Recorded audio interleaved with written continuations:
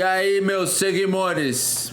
Rapaz, confesso que ontem eu não assisti o jogo. Fui convidado para um jantar de uns parça aqui. Fui, tomei meu negócio, não tava apto a assistir o jogo. Acabei de ver agora com o meu bonde, inclusive. Rapaziada tá aí online, a gente acabou de ver o jogo junto, de rever o jogo junto, né? Alguns. E o que me surpreende... antes de eu falar isso, pô, você que chegou agora, curte, comenta, compartilha, dá uma moral pra nós, estamos perto de 1 milhão de seguidores aí, pô. Mais de 85% das pessoas que assistem os vídeos e tal não se inscreve. Se inscreve, dá uma moral, pô, corneta, fala o que vocês quiserem, pode falar. Fala que eu não sei nada de bola. E eu acho que isso aí que eu vou falar agora vai machucar uma galera aí. Mas enfim, dito isso, acabamos de ver o jogo, mas ontem, na hora que eu cheguei em casa, mesmo com umas a mais, ter tomado umas a mais, eu vi o vídeo da rapaziada que faz a mídia independente do São Paulo. A maioria deles eu vi, inclusive junto com os meninos aqui. E eu vi os caras geral, putaço. Foi uma vergonha, o pior jogo da temporada. Ninguém jogou nada e tal, não sei o que. Onde já se viu, não sei o que. Eu falei, caramba, a coisa foi feia, né? E a gente viu o jogo, acabamos de rever o jogo. Eu e o bonde, inclusive nós estamos em quantas cabeças aqui? Umas 10, 12 cabeças aqui. Acabamos de ver o jogo junto. Como foi o jogo? Cara, o jogo foi como todos os outros. Tirando o placar, vamos eliminar o placar da equação, o 4-1. Tira o 4-1. Como que o São Paulo jogou? Cara, jogou como sempre jogou na época do Zubeldia. São Paulo fez um primeiro tempo à la Zubeldia. O Vasco pressionou o tempo inteiro. O São Paulo não consegue sair jogando. Sai na bola longa. A bola longa não tava boa. Fica refém do Lucas. São Paulo jogou como sempre jogou, cara. Esperando. Dando muito espaço pro adversário. Esperando. Cedendo espaços.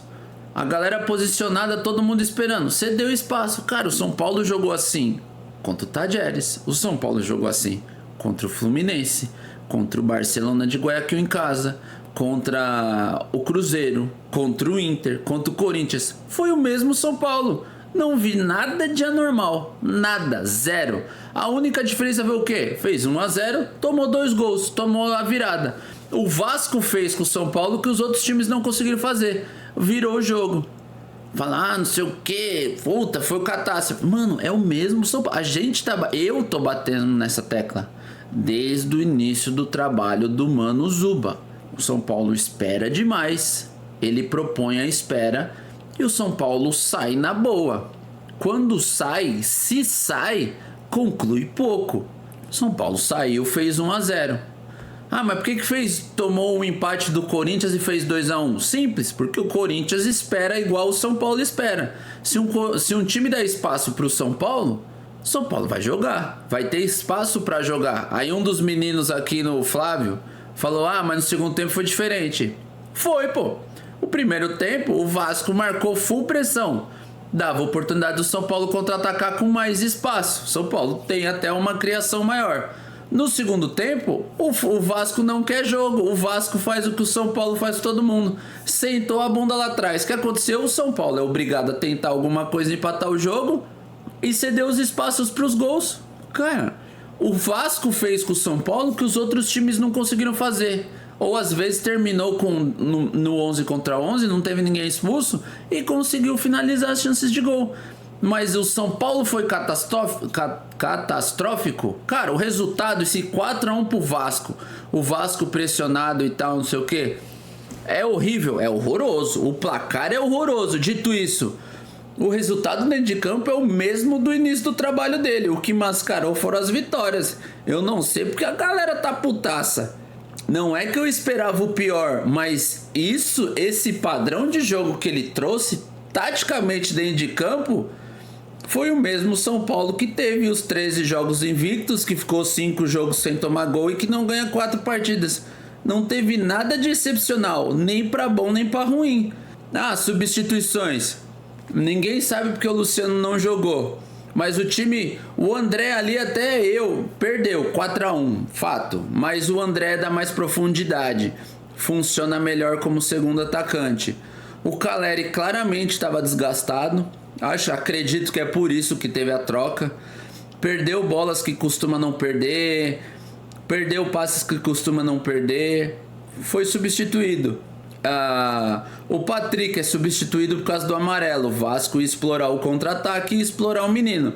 Foi substituído por causa do amarelo. O Michel entra porque o Nestor sente. As outras substituições acontecem. Cara, coisas do jogo. Meio campo, Galopo e Luiz Gustavo. Luiz Gustavo até tenta aquele mesmo jogo que a gente defende. O Galopo, cara, não tem mais meio campista. O time do São Paulo ficou refém. Não tem, antes não tinha meia criativo. Agora não tem volante. Tem só o Galopo e o Luiz Gustavo. E o Michel, que é um pouco mais ofensivo.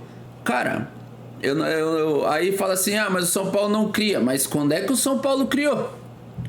O São Paulo jogou igualzinho, jogou todos os outros jogos. Só que, diferente dos outros times, tomou 4. Cara, desculpa, eu não entendo essa tempestade no copo d'água. Se pega todos os vídeos do canal, a gente falando ponto a ponto do seu Zubeldia, ponto a ponto, a gente falou, se pegar um time melhor estruturado, vai dar ruim. Pegou o Cuiabá, que é um bom time estruturadinho, bonitinho, perdeu. Pegou o Vasco, que vira o jogo num contra-ataque na última bola do primeiro tempo, e o segundo tempo só esperou. E aí acaba fazendo 2 gols. Cara, São Paulo jogou exatamente da mesma forma que jogou antes. A questão é, agora, como é que o time e o treino vai reagir a isso? Porque enquanto tá ganhando, nós estamos esperando. Saímos na boa. Estamos jogando fé, jejum e oração. E estamos ali. Agora que não ganha 4 partidas, a gente vê que o São Paulo ainda fica na mão de jogadores criativos. A gente fica refém do Lucas. O Lucas jogou mal? Cara, o Lucas não joga mal, mas a gente fica refém de um escape dele ali genial, como foi contra Cruzeiro e Corinthians. Se a galera consegue bloquear ele, se ele não consegue escapar, o São Paulo fica refém daquilo. E aí não joga.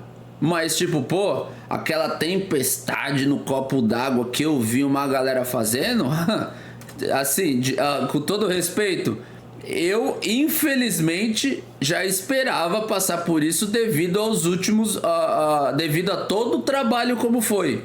Rapaziada, é isso que a gente tem. É isso. Bem ou mal, é isso. A galera que falava, viúva do Carpini, não sei o que, tamo ganhando, tava se enganando por causa das vitórias. Agora, ganhar de 2-1, jogou da mesma forma, mas perdeu de 4, vocês estão querendo reboliço? Crise? Não. Cara, não tem crise, não tem reboliço. Falo mais, ele não... se ele não conseguir uma vitória contra o Criciúma agora no próximo, tiver um mau resultado, empate é mau resultado, empate é derrota. Vamos considerar empate e derrota, os dois é derrota. Se tiver uma derrota nos próximos 2 jogos, ele vai estar sob pressão. Se mandar embora é pior. Não tem que mandar embora. Agora vai vir um outro cara para começar um outro trabalho há 1 mês da Libertadores, é pior. Eu acho que talvez ele vai de caixa, ele vai de arrasta para cima se perder pro Nacional. Só que aí, cara, aí é Copa. E aí ele é o treinador copeiro, ele joga com o esquema embaixo do braço. Dito isso, rapaziada, é o São Paulo desde o começo do trabalho dele. Eu não sei que tanto desespero é esse. Ele nunca ameaçou ganhar, nem quando ele tava com um jogador a mais, ele ameaçou ganhar de 4-0. Ele só não perdeu alguns dos jogos que ele ganhou porque contra o Cruzeiro foi expulso, mas tava tomando um atraso do Cruzeiro. Contra o Fluminense o Fluminense tava melhor, só que não conseguiu concluir em gol. Eu não sei que desespero é esse.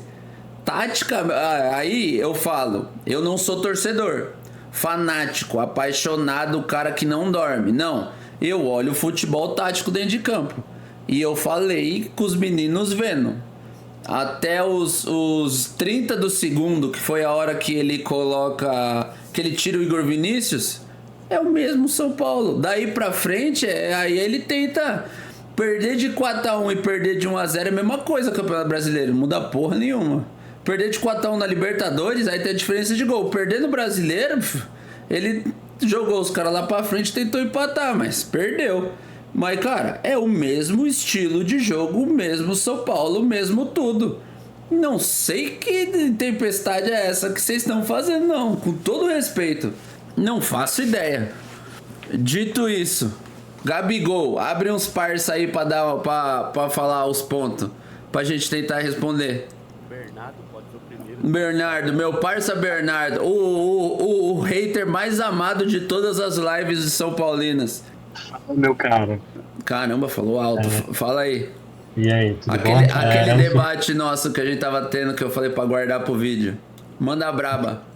Então, um dos questionamentos que eu tenho é em relação ao desempenho do Lucas. E eu comentei, né, mais cedo, sobre o São Paulo depender muito da individualidade, algo que você também havia comentado. E aí eu fiquei pensando, poxa, mas com o Carpini o São Paulo também dependia muito da individualidade de certos jogadores para conseguir sair com o resultado. E aí eu te perguntei se isso é um sintoma que quando o Zubeldia chega e faz as mudanças táticas dele, ele não consegue, digamos assim, curar esse problema no São Paulo, né? Como eu acho que o Dorival conseguiu fazer. O Dorival conseguiu criar um time mais coletivo. Só que quando a gente tem o Carpini e o Zubeldia, parece que o São Paulo depende muito desses lapsos de individualidade, né? Tanto do Lucas quanto do próprio Luciano, que não jogou. Mas essa seria a minha pergunta. Cara, vamos lá. Eu acho que o Lucas é a cereja do bolo da Copa do Brasil. O Dorival monta um time que era o Luciano, se eu não me engano. E aí o Lucas chega e ele toma meio que a vaga do Luciano. E esse é o diferencial. Ou seja, o time do Dorival também esperava muito. Só que o time do Dorival, digamos que era muito mais preciso nos contra-ataques. O time do Dorival não saía 2, 3, 4 e não definia. Ele ficava ali, ele defendia, ele esperava, mas ele não sofria tanto quanto esse São Paulo do Zubeldia sofre. Esse São Paulo do Zubeldia é mais pragmático, cada um ali posicionado, se der vai, se não der não vai. O do Dorival já era mais uma defesa mais em bloco assim. Ele se defendia melhor e quando saía fazia um gol e aí propunha aquilo. Hoje o São Paulo espera muito, mas eu acho que a principal diferença o do Carpini, ele propunha o 4-2-3-1, mas com muito jogador fora de posição. Então ele sofria muito. Ambos os três treinadores ficavam na mão assim do Lucas. Eu acho que o que teve menos a participação do Lucas foi o Carpini por lesão. O Dorival ainda teve mais, o Zubeldia está tendo ele. A diferença maior para mim do Dorival pro Zubeldia é que o Dorival ele ficava com 9 jogadores atrás da linha da bola, só o Caleri lá na frente. O Zubeldia ele já deixa 2 atacantes. Os 2 atacantes ele ficam ali espetado. Pode ser bom ou pode ser ruim. Isso a gente falou no vídeo passado. Pode ser bom porque na maioria das vezes vai ter 2-2, 2-3. Dependendo de quem são os atacantes, isso pode se tornar uma vantagem. Pode ser ruim porque dependendo de quem são os volantes, pode ser uma desvantagem. E aí se você perde Alisson e Maia, que são caras que caçam, pegam e mordem o tempo inteiro, você joga ali com o Luiz Gustavo, que ele é mais... Ele até marca também, mas ele é muito mais por zona. E aí o São Paulo tá jogando com o Galopo, que não é um caça-craque de origem, o São Paulo sofre. E é o que tá sofrendo. Quando você joga com o Alisson, que de característica não é um super primeiro volante, mas é um ótimo segundo volante, e você coloca um cara para ajudar, os do lado ficam refém porque tem 2 lá na frente da linha da bola. Então a gente vai precisar que um desses 2 eles voltem. E com o Zubeldia eles não voltam, eles ficam os 2 atacantes lá. O segundo atacante ele só movimenta para o meio quando a gente recupera a posse de bola. Aí ele movimenta para dar opção. Sem a bola ele fica lá na frente. Então, tipo assim, digamos que o Zubeldia ele abre mão de um cara atrás da linha da bola para ser um escape melhor, mas a gente acaba ficando refém dos dois volantes nossos que não são caça-craque. Então a gente acaba dando muito espaço e, de novo, fica refém do Lucas. Que nem o Lucas contra o Vasco, a gente acabou de rever. Eu não acho que o Lucas fez uma má partida, só que ele não conseguiu escapar nenhuma vez igual ele conseguiu escapar contra Cruzeiro e Corinthians. E aí ele tentou até, mas o time do Vasco tava com os meninos, inclusive da metade do primeiro tempo em diante, um dos moleques praticamente pega ele no mano. Onde ele vai, o moleque vai atrás e acaba anulando ele. Anula nosso principal alvo ofensivo, anula o time. Mas, tipo assim, o time jogou basicamente que da mesma maneira que jogou os outros jogos. Eu não vejo esse terror. Terror foi o resultado. 4-1 com o Vasco pressionado do jeito que tava, é horroroso. Mas a jogabilidade em campo foi a mesma. Uma falta com o Pablo Maia, Alisson, os mais pegadores, não fez falta desse. Não, exatamente o que eu respondi pro Bernardo.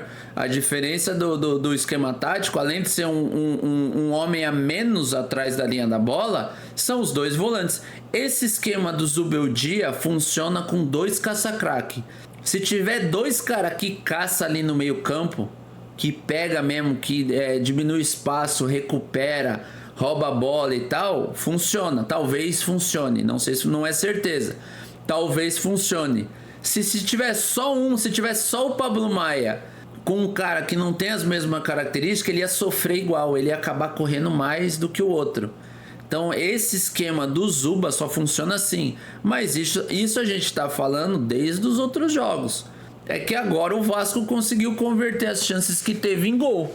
Mas então uma perguntinha, você acha que tudo bem que falta opção, mas ter ido com o Luiz Gustavo e com o Galopo ali na volância, você acha que isso prejudicou a marcação de São Paulo? A gente poderia ter segurado mais o time do Vasco, que estava muito pressionado e dando a vida por uma vitória hoje, ou no caso foi no domingo? No sábado, no caso, né? Então, mas especialmente para esse jogo não tinha outra opção, né? De volante. Só tinha os dois. O Alisson tá suspenso. O Alisson tava suspenso. O Michel Araújo tem a mesma característica do Galopo. Ele é mais terceiro, segundo homem de meio campo do que outra coisa. Então, tipo assim, era os dois que tinha. E aí, ainda pelo posicionamento que a gente viu e eu até comentei, ele monta o São Paulo marcando com os dois atacantes alto, o Galopo e o Nestor bem aberto, o Lucas centralizado. Então, tipo, ele meio que joga ou no 4-4-2 losango ou no 4-1-3-2. Ele até posiciona os caras de maneira certa, mas quando o Vasco quebra a primeira linha defensiva do São Paulo, todo mundo passa da linha na bola de novo. E ele deixa jogar, ele marca. O Vasco já não, o Vasco já marcou pressão o primeiro tempo inteiro. E aí quando faz o 2-1, fala assim, tá bom, agora vocês querem empatar, vocês que vêm aqui atacar. E o Vasco fica, até o Verrete lá, fica atrás da linha da bola, esperando, fica todo mundo. E o Vasco sai o segundo tempo inteiro só na boa. Agora, tipo, o que me espanta é essa tempestade que eu vi os caras fazendo aí. Nossa, não sei o que lá, acabou a paz, vai ter cobrança, mano. Então teria que ter cobrança desde o primeiro jogo, cara. Porque o estilo de jogo é o mesmo. O padrão jogado em campo é o mesmo. Contra o Vasco não encaixou, tomou 4. Agora, São Paulo não é que o São Paulo jogou pra caceta e agora não jogou nada. Não, São Paulo manteve o mesmo estilo de jogo, a mesma jogabilidade. Toma virada, já tava... Então, não, é no primeiro, mas aí o Vasco empata. O Vasco empata, continua fazendo a mesma coisa, marcando o São Paulo lá em cima. E o São Paulo continua fazendo a mesma coisa, esperando o Vasco e saindo na boa. O São Paulo até tem chance de fazer o segundo gol, não faz. O São Paulo rouba a bola, sai no contra-ataque. O Vasco rouba a bola de novo e sai ele no contra-ataque. Nesse contra-ataque o menino faz 2-1. No último lance de perigo do primeiro tempo. O Vasco faz 2-1 aos 40 e brau. E aí o segundo tempo o Vasco não quer jogo. O Vasco joga pra mais talvez um lance no contra-ataque. E aí em 2 acaba fazendo 2 gols. Mas aí, tipo, Eu acredito que ele troca o Igor Vinícius por causa de cansaço, fadiga muscular, e aí coloca o Michel pra lá, porque era o único jogador que talvez poderia fazer ali. E aí ele já faz tipo, mano, agora azar. Agora se der, deu, vou tentar fazer alguma coisa aqui. Aí ali, a partir do terceiro gol em diante, ele já mete um kamikaze, velho. Aí não tem muito mais não tem mais estrutura de jogo e tal. Aí é coração e correr e tentar. Não dá pra cobrar muita coisa, não. Mas o padrão jogado foi o mesmo. Fala, Wilson. Fala, pessoal. Tem uma aqui pra ti. Wilson, você acha que esse placar elástico que a gente sofreu tem um pouco assim, que eu me lembro do fato do São Paulo ainda não ter tido um placar adverso para reverter e o Vasco ter adotado no segundo tempo, cultura de aguardar o São Paulo propor, que é o padrão do Zuba, né? E com isso expôs que o São Paulo não consegue desempenhar nesse desenho de jogo e que também não tem uma real solidez defensiva, já que quando na postura de esperar o jogo do adversário, o São Paulo vinha tomando poucos gols? Cara, vamos lá. Se a gente pega o jogo contra o Fluminense, Fluminense cria, só que define mal, só que faz um gol ainda, né? O Fluminense faz 1-0, né? Aí depois o São Paulo vira. O Cruzeiro cria, mas não converte em gol. O Tadjeres tem volume, mas não consegue criar. O Inter não consegue criar nada com 7 desfalques. E o Corinthians, com o time mais ou menos, faz 2 gols.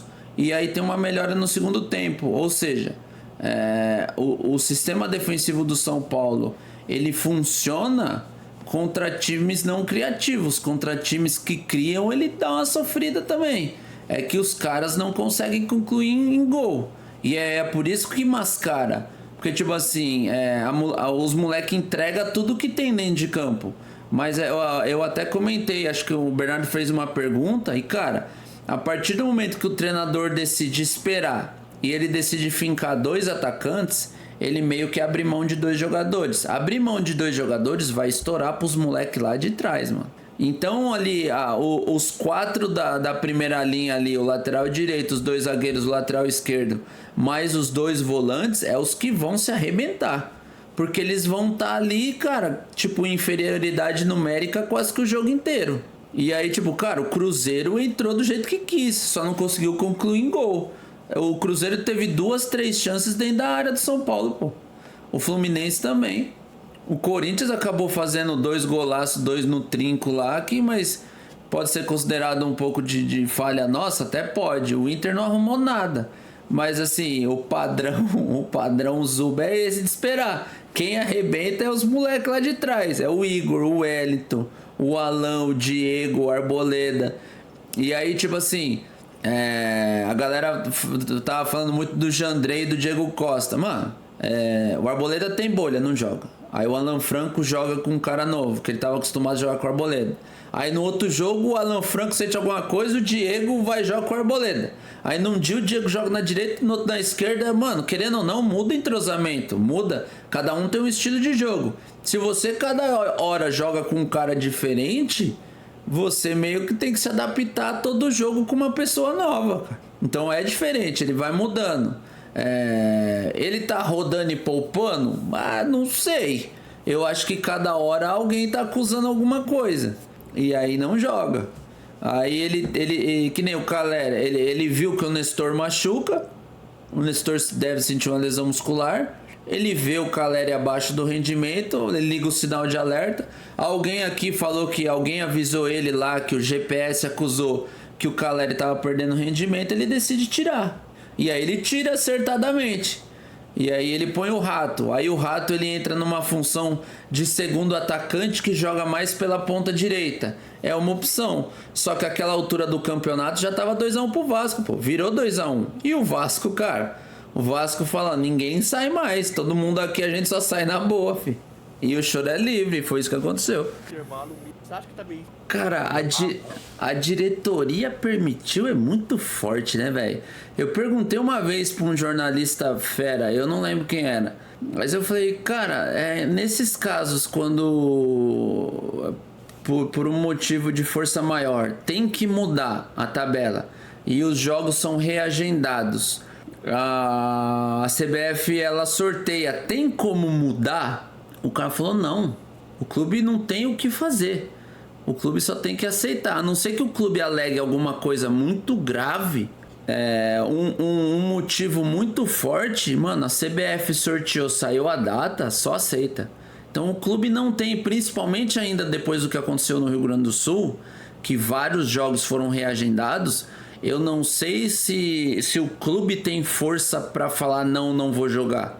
Ou se não quero jogar 3 jogos fora de casa. Eu não sei se a diretoria tem como fazer alguma coisa. Eu acho que é só aceitar mesmo. O que a galera bate há tempos já é o calendário brasileiro. O calendário brasileiro já tem muito jogo. Aí, por motivos de força maior, acontece o que aconteceu. Tem que relocar e reagendar todos esses jogos. Nossa, aí o calendário vai ficar, mano. Vai ficar jogo a cada 2, 3 dias. E tipo, jogo a cada 2, 3 dias agora, acho que até dezembro, não é? Não tem mais espaço pra, não quero jogar daqui 2 dias, vou pôr ali dia 24 de dezembro. Não dá. É tipo, agora aceita que dói menos, tá ligado? Ferreirinha e o Eric. Porque assim, o Eric me parece mais atrativo São Paulo atacar pra quebrar as vidas. Vamos lá, vou dar só um exemplo pra você. Como joga o Palmeiras? O Palmeiras joga com 3 no meio campo, muito dinâmico. Muito dinâmico. Os 3 jogadores do meio campo do Palmeiras são muito dinâmicos, com laterais que dão apoio aos pontas. Então é uma bola rotativa onde eles procuram fazer o quê? Isolar os pontas, certo? O São Paulo, só que o Palmeiras ele sai jogando todas as vezes com a bola no chão. O São Paulo não tem esses 3 jogadores de meio campo com a mesma característica. E aí arrebenta com quem? Arrebenta com os pontas. Por quê? Os pontas vão pegar uma inversão de jogo limpa, uma triangulação onde isole para deixar o Estevão no mano a mano com o cara, para deixar o Rato no mano a mano, não vai. O São Paulo tenta sair jogando, se não der, balão para frente. Se o Caleri não ganha a primeira bola ou a gente não recupera a segunda, o cara aberto na ponta tem que dar o pico para trás. É o estilo de jogo dos jogadores que a gente tem, que fazem com que isso aconteça. O São Paulo conseguia jogar com o Dorival ano passado, porque tinha o Rafa que não se apertava na lateral direita. O Rafa saía jogando, o Rafa não se aperta. Ele usa o volante, usa o zagueiro, usava o Rato, eram 2 com o Rato. Ele deixava o Rato em condições de trabalhar toda hora. Ele, o Maia, o Alisson, os caras ali alimentavam o Rato. E o Rafa gosta da jogada ali, do 1-2 curto, da jogada curta. O Igor Vinícius e o Wellington, mano, os caras já é fumaça. É full fumaça, não tem resenha. E aí, tipo assim, eu acho também que o Zubeldia não gosta dos caras que chamam no individual, no mano a mano. Que é o Ferreira e o Eric.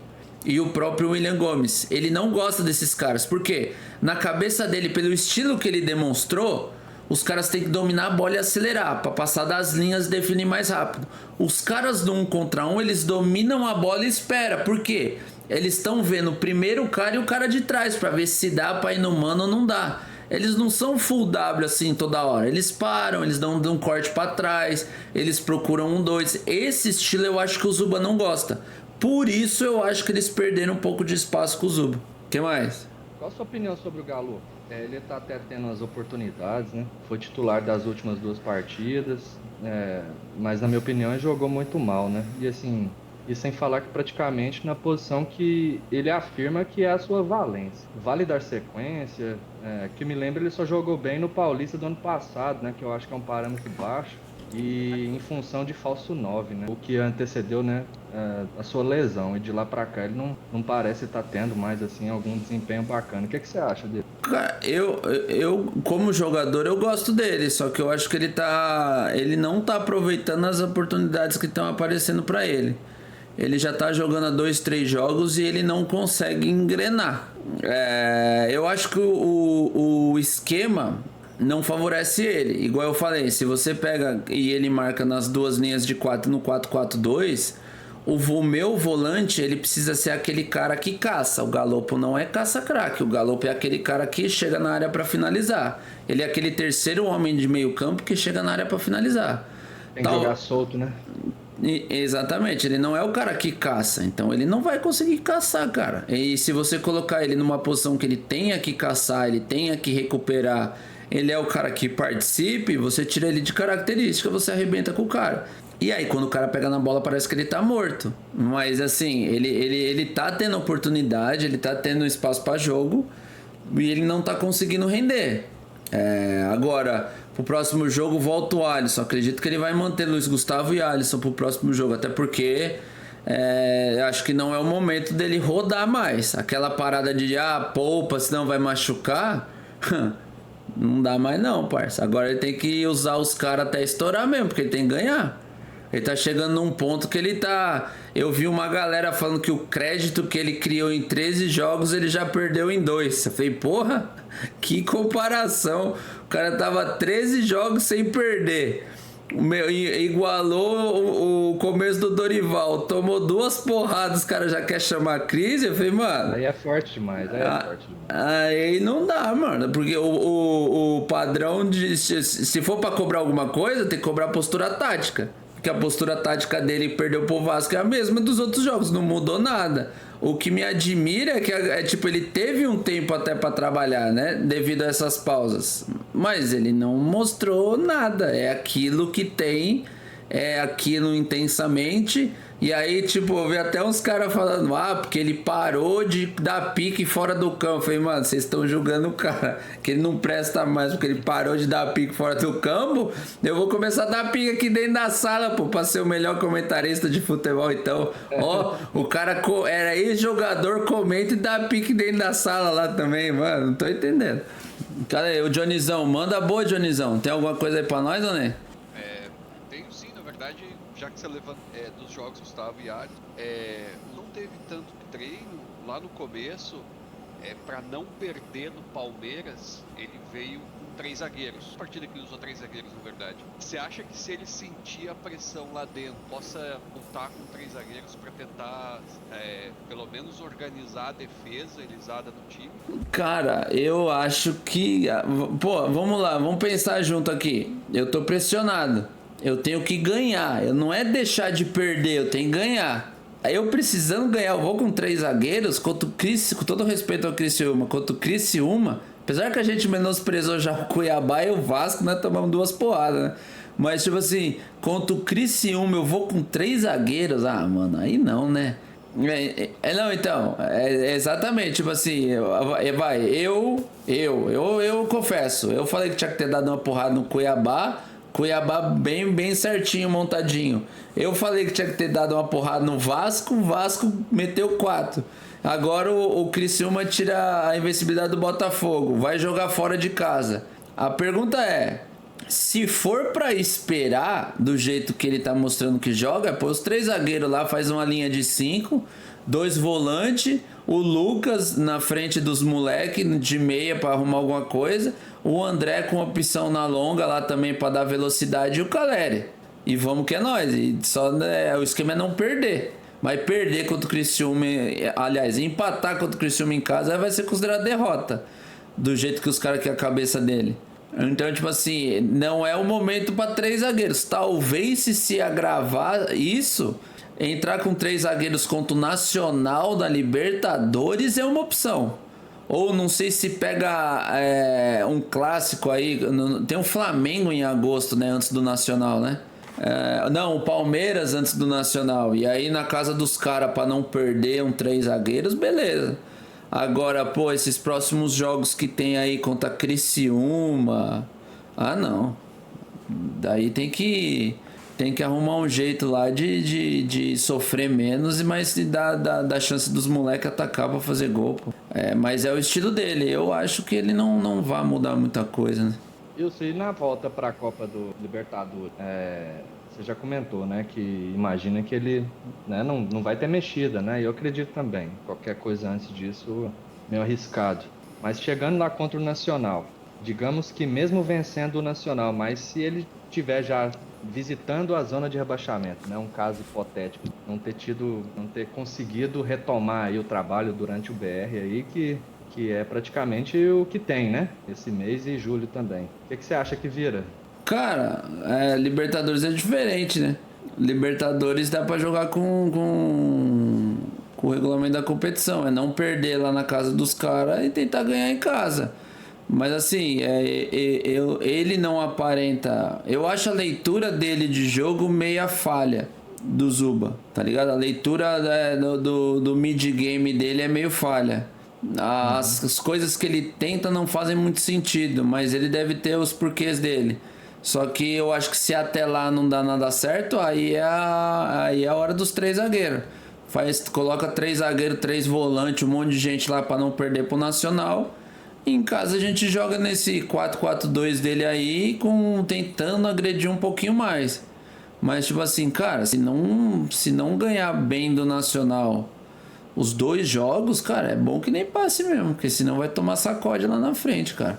Se for pra ficar sofrendo assim, é bom que nem passe mesmo. É bom que já fique pelo caminho pra canalizar todas as forças da Copa do Brasil no Brasileiro, porque se for pra ficar aos trancos e barranco em 3 competição, lá na frente pode fazer mal nas 3, né? Mas enfim. Meu ponto é isso, assim, mesmo de indo mal, assim, ainda conseguir passar, né, no Nacional, e isso dá uma segurada, sem ter em vista uma condição de retomada pro brasileiro, sabe? Às vezes isso fica bem perigoso. Mas O Soberano tava o Pablo machucado, podia estar na seleção ou vendido, que eu acho que esse era o plano. Ter trazido só o Luiz Gustavo de primeiro volante para a temporada toda, que é longa, ter dispensado lá o Jackson Mendes, o Luan, o Gabi Neves, pode ser considerado um erro de planejamento da diretoria de futebol. E assim, já nos treinos a gente viu que o Toy tá treinando com o elenco, então ali no meio. Tá que vale a pena dar uma chance. Cara, vamos lá. Quem liberou essa galera foi o Dorival, não foi? No começo do ano? Ele não tinha nem saído ainda. Ele deve ter liberado esses moleques ano passado. Eu acho que não. É assim, ó. O Luan foi o Carpini. Então, acaba a temporada. Aí, antes de acabar a temporada, o Dorival já faz um pré-planejamento. Ó, esse fica, esse pode liberar. Não conto com eles. Aí os caras avisam os moleques e meteram o pé. Aí o Dorival, que faz o planejamento, vai pra seleção. Vem o Carpini, que não tá sabendo de nada. Caiu no colo dele. Aí ele vê o que ele tem. Aí a diretoria fala, Carpini, vem. A gente dá essas condições e você tem esses caras, possivelmente você pode escolher. Aí ele vira e fala assim, ó, o Luan pode liberar. Não conto com ele. O Carpini provavelmente deve ter indicado uma ou outra peça. A diretoria não deu ou não quis contratar. Dito isso, segue o baile. O Carpini cai e assume o Zuba. O Zuba vê o que ele tem, ele deve ter apontado já. Ele não contava com a lesão do Maia. Os caras devem ter falado, ó, talvez o Maia vai ser vendido, mas se ele for vendido a gente traz outro. Tanto é que estão tentando o Mendes. E aí o Maia machuca. Então, tipo assim, considerar um erro da diretoria é muito forte. É igual colocar nas costas do Casares, pô. O São Paulo perdendo e o Casares lá na seleção. Pô, o Casares aceitou o convite quando tá 13 jogos invicto, pô. Vai falar que a culpa é do cara? O cara não tem nada a ver com isso. E outro, se tivesse aqui, ele ia estar fazendo o quê também? Não dá pra ter feito nada. Então, tipo assim, tem coisas... É igual, tipo, que nem eu vejo o Jandrei. Eu não culpo o Jandrei pelos gols que ele tomou. São gols defensáveis? São. Mas não são falhas grotescas igual o nosso parça aqui, o nosso parça mais bloqueado do Instagram, fica tipo zoando o cara assim, falando.